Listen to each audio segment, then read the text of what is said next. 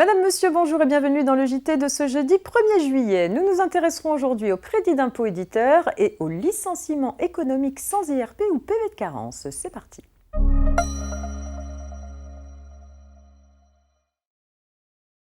La troisième loi de finances rectificative pour 2020, adoptée en juillet 2020, comprend un certain nombre de dispositions ayant pour but de soutenir les entreprises fragilisées par la crise économique liée à la pandémie.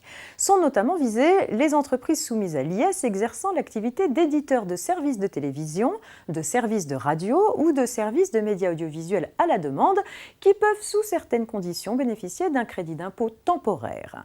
Elles doivent pour cela attester d'une diminution de leur chiffre d'affaires d'au moins 10% pour la période du 1er mars 2020 au 31 décembre 2020 par comparaison à la même période de 2019.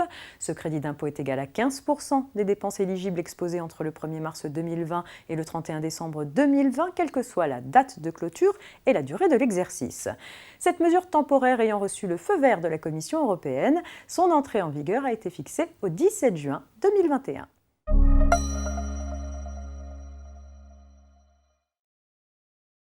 L'employeur qui envisage de licencier plusieurs salariés pour motif économique sur une même période de 30 jours doit consulter le comité social et économique ou CSE lorsque l'effectif a atteint le seuil de 11 salariés.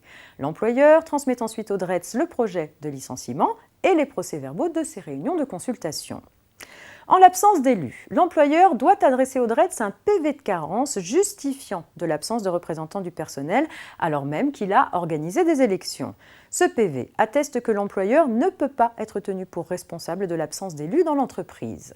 Le licenciement économique est irrégulier lorsque l'employeur n'a pas organisé d'élection professionnelle et n'est pas en mesure de produire de PV de carence. Les salariés ont alors droit à une indemnité sans qu'ils aient besoin de prouver un quelconque préjudice. Celui-ci est nécessairement causé par le défaut de mise en place des IRP. C'est la fin de ce JT. Je vous retrouve demain vendredi pour un dernier point d'actualité avant le week-end. Très bonne journée.